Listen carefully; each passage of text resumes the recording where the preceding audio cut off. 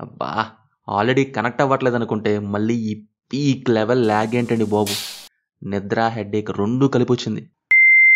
2 థింగ్స్‌లో మటుకు ఈ సినిమాని పిచ్చగా అప్రిషియేట్ చేయాలి. పెద్ద పెద్ద అవార్డ్స్ ఏమన్నా ఉంటే ఇచ్చేయండి సార్. దీనికి వర్క్ చేసిన సినిమాటోగ్రాఫర్స్‌కి అండ్ యాక్టర్ 'పృథ్వీరాజ్‌కి' ఇచ్చేయండి. విజువల్స్ సూపరున్నాయి అండ్ 'పృథ్వీరాజ్' యాక్టింగ్ చింపవతలేశారు. బట్ సినిమా మాత్రం నాకు నచ్చలేదు గైస్. మెయిన్‌లీ ఎంగేజ్ చేయటంలో ఫెయిల్ అయింది మూవీ. ఒక రకంగా కొంత స్లో ఉండి ఫీల్ ఉంటే తీసుకోవచ్చు. సాటిస్ఫై అయ్యి రావచ్చు గానీ, ఇక్కడ first thing emotional connection miss అయింది.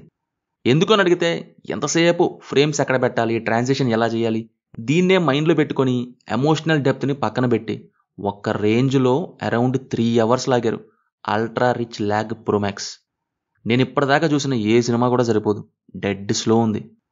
ఇంకా క్లియర్‌గా చెప్పాలంటే అక్కడి సర్వైవల్ డ్రామాను చూస్తూ ఫీల్ పక్కన పెట్టండి. ముందు నేను సర్వైవ్ అవ్వలేకపోయా. ఓపికతో చూడలేనోడివి నీకు సినిమాలు ఎందుకురా అని మీరనొచ్చు. ఇది జస్ట్ ఓపిక కాదు. ఫీల్ ఉంటే ఓపికగా ఏం కర్మ. పెద్ద పెద్ద సిరీస్‌లు కూడా లేపేయొచ్చు ఒకే దెబ్బలో. బట్ అది మిస్ అయితే కష్టం. ఇంకా ఇది పోవటంతో ఇది ఓపికకి పరాకాష్ఠలా అయింది.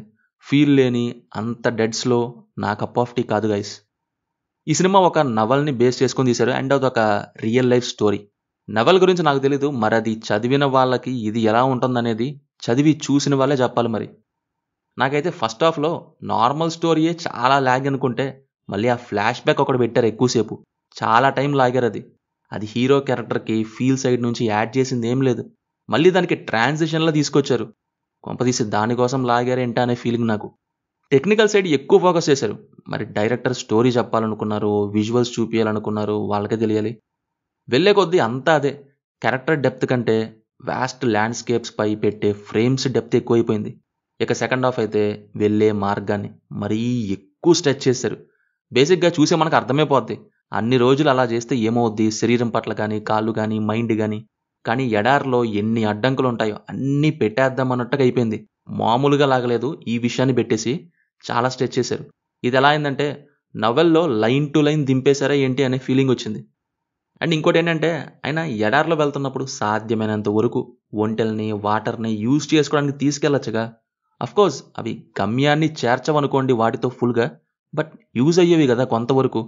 సరే ఒంటెని తీసుకెళ్తే దొంగతనం చేశారని అనుకుంటారనుకోవచ్చు. వెళ్ళేటప్పుడు కనీసం వాటర్ కూడా తీసుకెళ్లలేదు.